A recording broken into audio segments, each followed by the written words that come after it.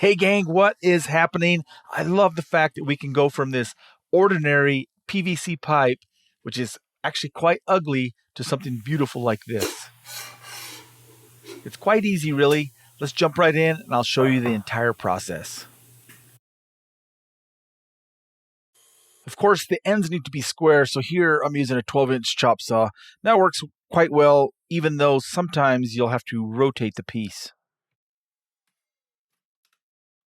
Every surface that gets covered with veneer, which is all the surfaces, will need scuffed, and here I'm using probably an 80 or 100 grit. But don't scuff everything at once. Do it in the order that I show you. Now, I need to clarify, this is a paper-backed veneer. This is a 10 mil mahogany, I believe. Raw veneer is simply too brittle. It'll just crack. But you can see this stuff is super flexible. All right, so we got our veneers cut for the inside and the outside. I want to put an edge on top of this, and rather than just putting the veneer just on top like that, you're going to have grain running this way, and then this grain is just going to run whatever direction.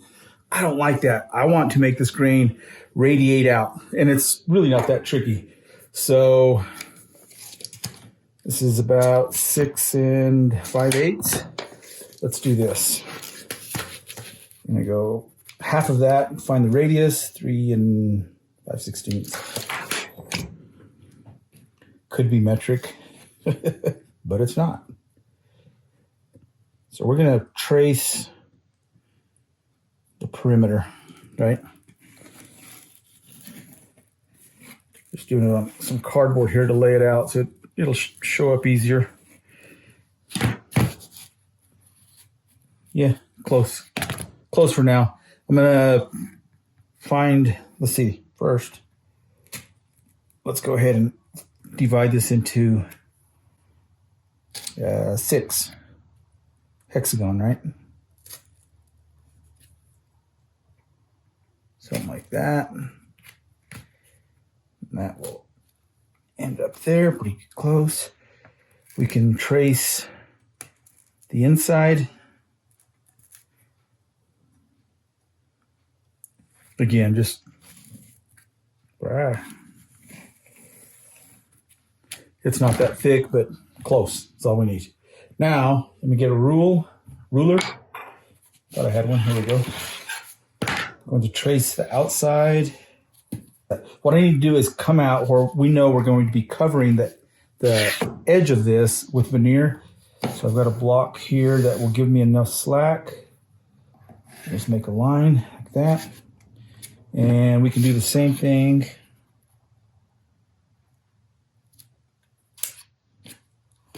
on the inside.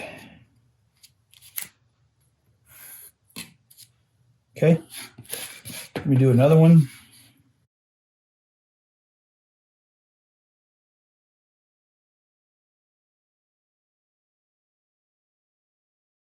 So you can see that that's going to cover the edge, right? So we would need some pieces of veneer, cross grain. I guess you could go lengthwise. I'm going to go cross grain. That way the grain is going like this, and then it cascades down the face of the box, the side of the box. So we would need some veneers, in this case, about 1.25 inches wide. That just gives us a little slack. We can bisect these angles, going from here to here. This also gives us the length of our pieces.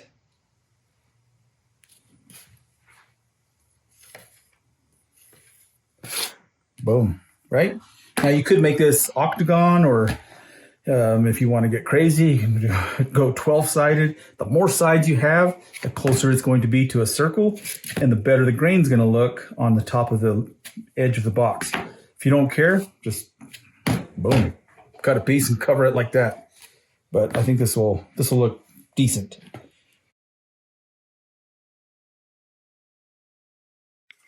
Of course, we already know the angles that we need. We have 360 degrees divided by 6, right? 6 sides. That gives us 60 degrees. And then we cut that in half for the 2 miters. So we're going to set this at 30 degrees. You can set the blade height just protruding slightly above the veneers, however many you're cutting at a time. This little veneer sled is a fantastic way to cut these. You could also use a crosscut sled. Just make sure you use a sacrificial piece on top. That makes some really clean miters. Then we can pull all these pieces together, add some tape, front or back, and then we'll open up that hexagon ring and add some glue. And as I'm editing this video, I'm realizing it probably makes more sense to tape the front first, then open up the back to add the glue. Then we can add tape to the other side to hold everything secure, mash everything down with a roller to make those seams even, and then set it aside and let that dry. Using that same angle, we can cut some bigger pieces, configure these to make a 6-sided starburst, essentially. And this will make a great looking pattern for the top or the bottom of the top of the lid. Lots of ways to do this. You probably noticed this is a different species, and yes, this is raw veneer.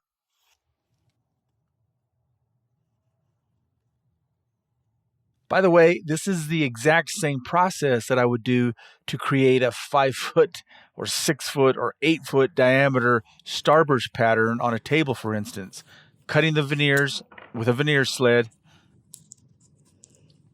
That means they're glue ready right off the table saw. Adding glue to all the seams, taping them front and back. Mashing everything down, make sure that everything's flush.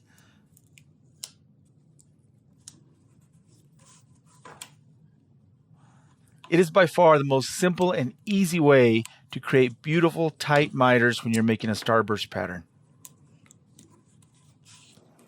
When doing veneer work, I always glue my seams. Some say it's not necessary, but to me it's inexpensive, almost effortless, and totally worth it for me.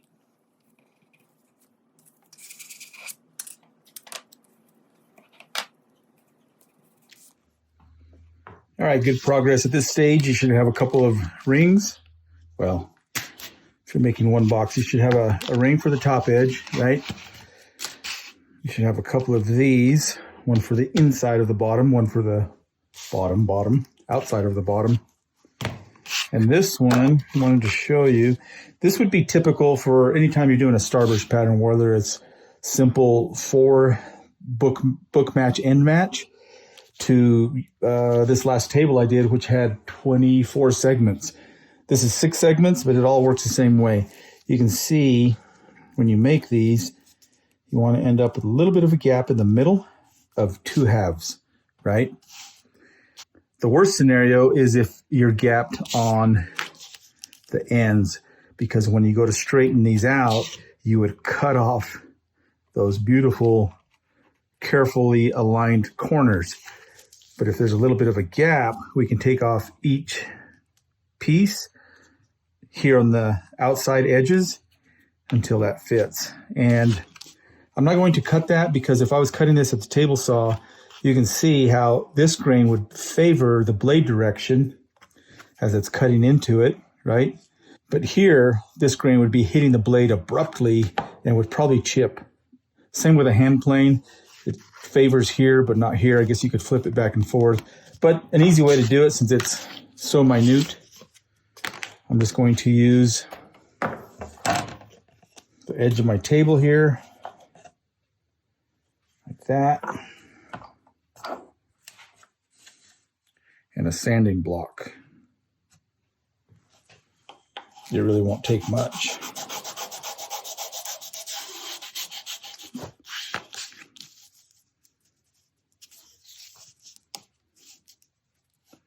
That easy, right? Now, if you think that is too much work, there is a good solution.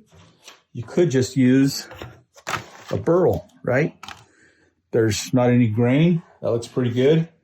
Even this one has somewhat of a wave or grain pattern, but still in a circular configuration, that would look awesome. So this is what I'm going to use on this smaller box. And I'm making 2 of these, so one of them will have burl on the inside, top and bottom of the bottom. Yeah. All right, this has been sanded. I'm not going to sand the outside yet, and I'll tell you why or show you why later. We're going to cut the veneer for the inside and the outside. When we glue this, we're going to start with gluing only the inside, and I'll tell you why later as well. But when I cut my veneer, I don't start by cutting the inside one. I want to start by cutting the outside one, because if I screw up or if I cut this too short, I can still use that piece on the inside, right? And I know I have plenty because I can literally wrap around this with plenty. Wrap around it twice, right? So I'm just going to cut this in half.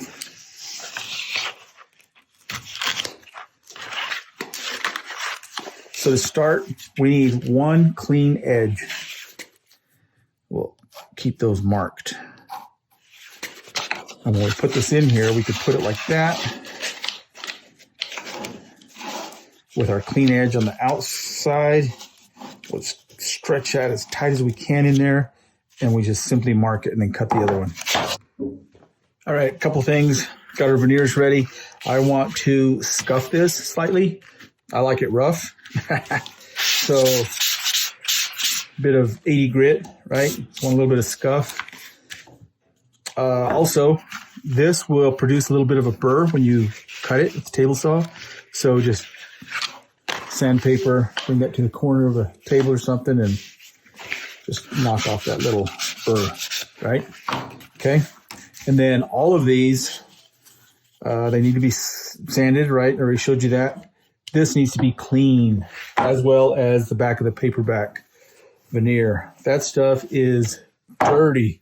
It's always dirty. I don't know if it's the process before they make it or what. It's kind of like plastic laminate for mica. The back of it is really dirty. This is white. Watch. And I'm not going to be taking that magic marker off. It's just the veneer itself. It's dirty. Boom. So by cleaning this, it gives us a little bit better adhesion. Of course, they need to be super clean, so make sure you wipe those really well as well. Okay? And of course, just a good idea to mark everything to keep things from getting mixed. All right, let's talk about glues for a second. There's probably 4 different glues that would work with PVC, and that would be contact cement, melamine glue, epoxy, and polyurethane. Contact cement would be impossible on the inside.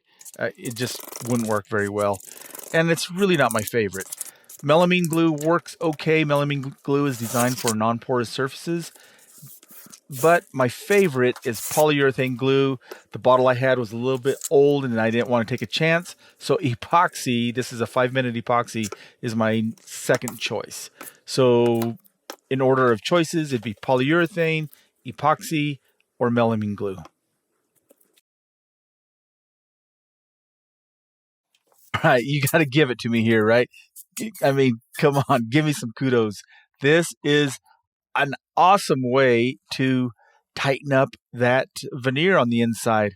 I used 2 balloons, one inside each other, to give it some little bit more strength. Add some air, and boom, we have this reverse vacuum to hold those veneers tightly on the inside of these boxes.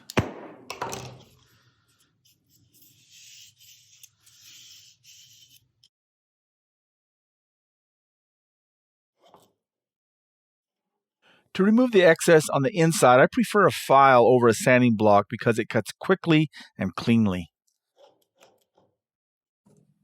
I can take that flushness, air quotes, to the next step, and we'll get it further refined with a board. I've got sandpaper on there, and you can see how I'm putting pressure and pulling one way so I don't snag that leading edge. And this will also give some scuff to the top edge of the PVC.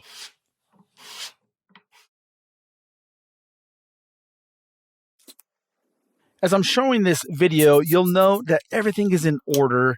You know, I put the inside veneer on first, and just the inside, and then we do the inside of the bottom of the lid, just the inside. Everything is in order, so when the box is finished, you won't have unsightly veneer lines showing where they don't need to. Hope that makes sense.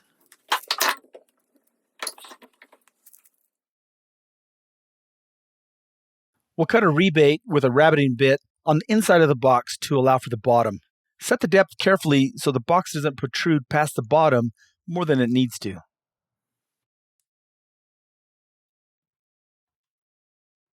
Keep in mind that PVC in general is harder than wood, so you want to be careful here. In other words, if you make a climb cut, make sure that that depth is very shallow. Use a larger bearing if you have to, and make the cut in several passes. With a nice sharp bit, you can skip the climb cut. And with all woodworking procedures, I'm not telling you how to do this, I'm showing you how I do it.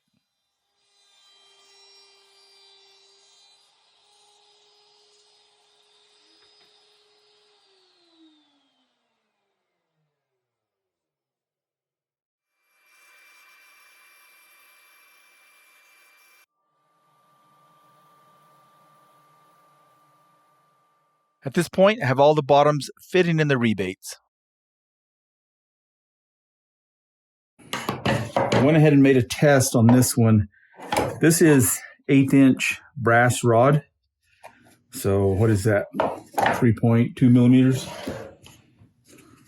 This is going to mimic the thickness of our lid. 1/4" MDF. I've drilled a hole in that, 1/8". I've added a magnet. Now these magnets are 10 millimeter diameter by 2 millimeters thick. And I've used something similar to that in the past, and it seems about right, but you want to do a test on magnets. This one here, this is 3/16 diameter, looks like 3/8 long. You want that to bottom out and, of course, not go too deep. And it needs to be flush when you're done, right? Of course, this is going to get veneer. Boom. First, we want to do a check with the magnet strength. Now we need what would mimic the veneer on top, plus veneer on the bottom of this. So let me just get a couple of pieces. This would be the bottom veneer. And then we would have some paper back for the edging. Put that in place. I can slide this as if this were the lid, and I can see that has enough magnetism to index closed. Right? If you don't like, if it's too weak, add bigger magnets. This could be a bigger magnet. Could almost go with a 1/4" here, but it gets really close to the sidewalls, although it would work. But I think this will be fine.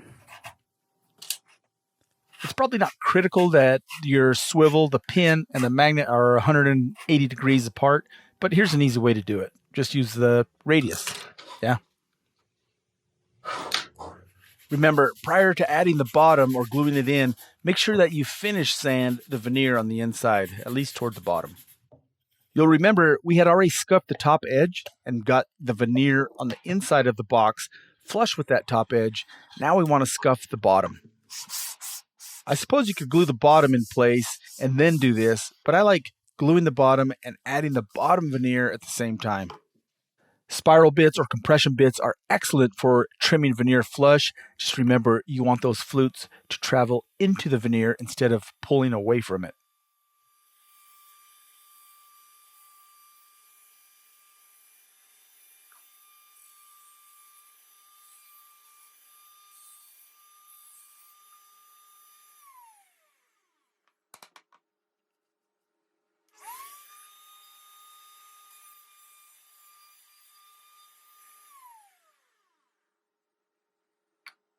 It should go without saying, but yeah, keep track of your magnet and your pin. Might be kind of hard to see here, but when I glued the bottom in, I got a little bit of epoxy squeeze out. I wiped as much as I could with lacquer thinner, but there was still a little bit of residual, and I'll show you later, it won't be a problem. I like to shoot for magnets that are dead flush when I'm working with veneer. If they're too deep, it will telegraph that little hole or recess. Of course, if they're sticking out past flush, that's also a problem. And sometimes it's just easier to use paper or tape or sandpaper as a spacer to fine-tune that depth. PVC pipe might look round, but it probably is not. That's why I tape the lid in place, route where I can, then remove the tape, add more tape where I've already routed things flush, and then route again to get everything beautiful and smooth, clean. Now that we have a pin in place, everything can index off that pin. Again, the goal here is twofold. One, we want to get the veneer flush, and B, we want to scuff sand everything for a better bond. All right, let's add some edging to the lid. You can see the index mark, so the grain will line up with the face veneer on the box. We'll add a bit of wood glue. Let's slather that around to make sure we have good coverage. I can hold the lid in place with a clamp. Wrap that veneer around. Make sure you get a little bit of glue on the edge of the seams. We'll add some tape. And here I think I wanted to add a mark just so I'd make sure that my index mark lines up. It's really important. If your grain's off, it'll look terrible. With the seam pulled tight, make sure it's centered. Add a couple of rubber bands.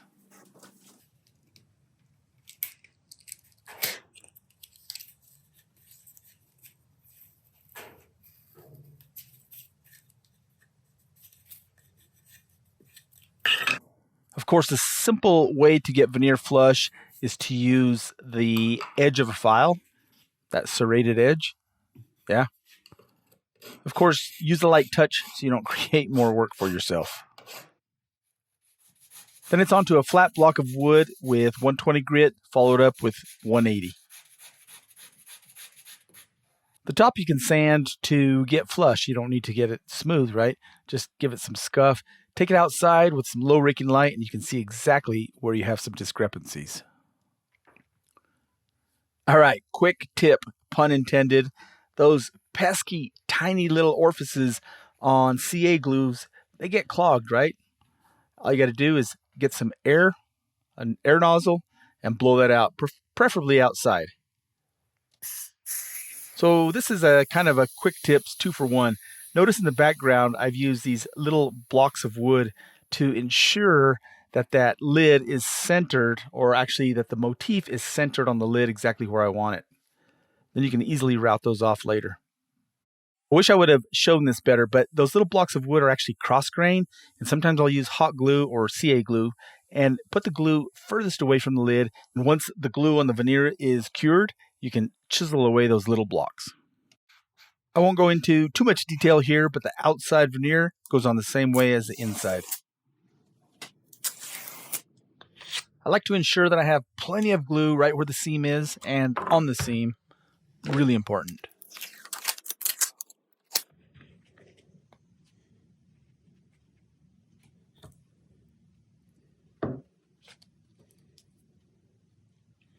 Good-natured alcohol is your best friend to remove any excess epoxy.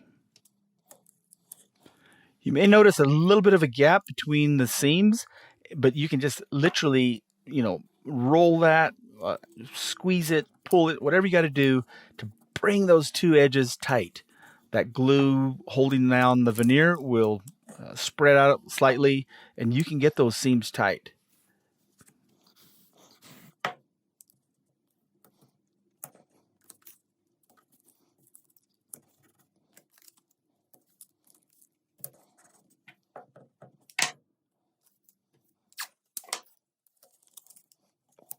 Two hours later.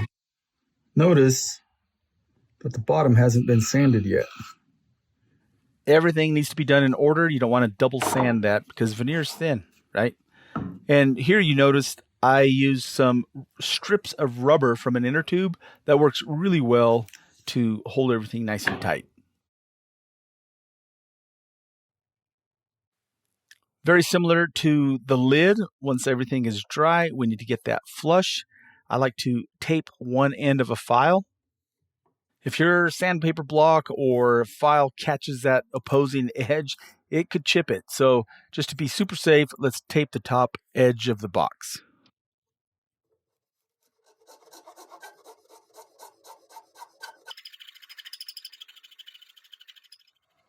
Then back at a hard, flat surface, table saw, make sure you ensure to bias the pressure as you pull or push to eliminate or to prevent from chipping that opposing side.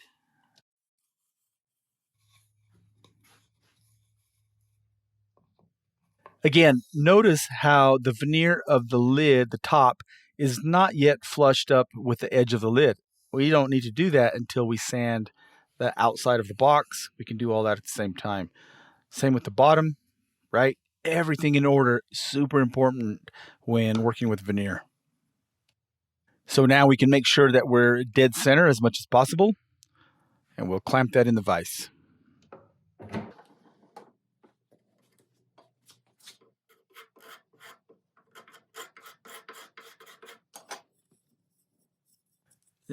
Switch hands.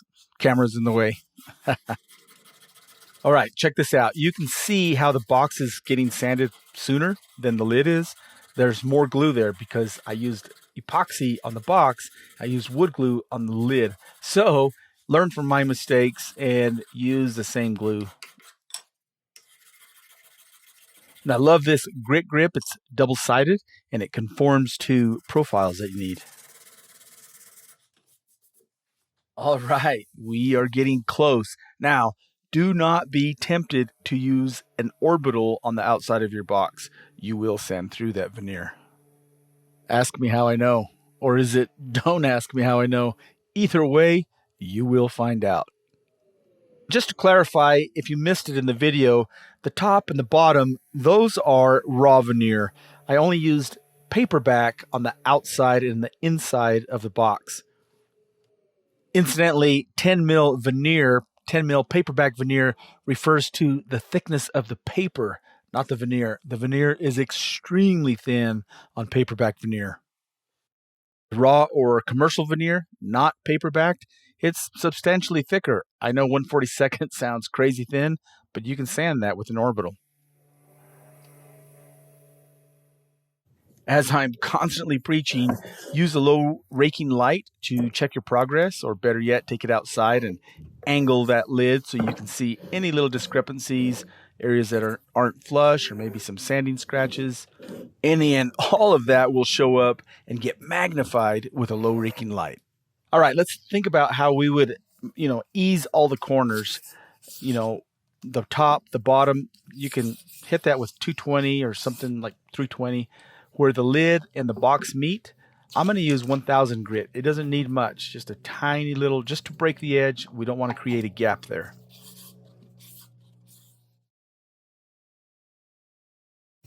I've used this Waterloo, Waterlocks, however you say that, for decades, and I like it. But really, any urethane/wax oil type finish would work.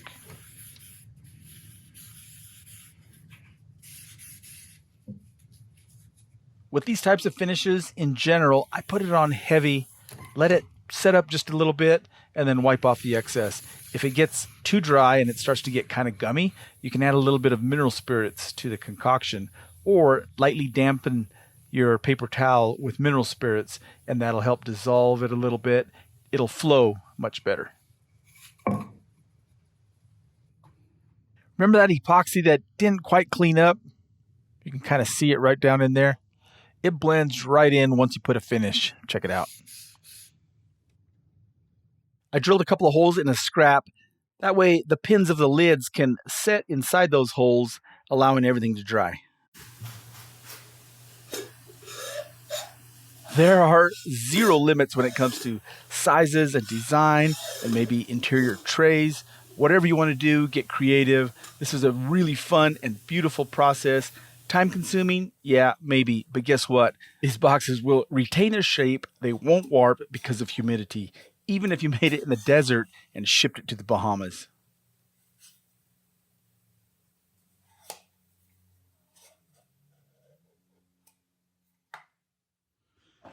So here are a few of the other boxes I've made over the years. I've given most of them away, but here's some 4-inch pipe, pretty thick walled. Same thing, magnets, right? And this one, if I remember right, the seam didn't come out very good. It's right there, but it didn't matter. This is for my shop.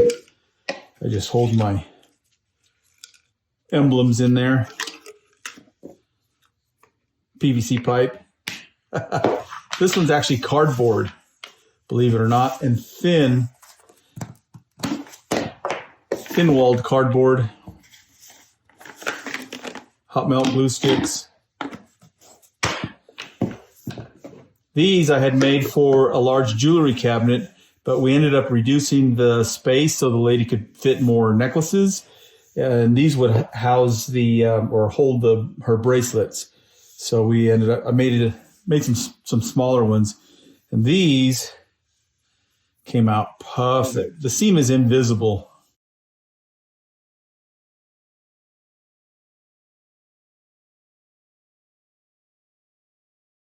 So yeah, dispel the myth about inferior materials and just get creative and have fun. Yeah. PVC, man. So there you have it. Go find some used, old, ugly PVC, transform it into something beautiful. As always, thank you tons for watching. Remember to click, like, subscribe, learn,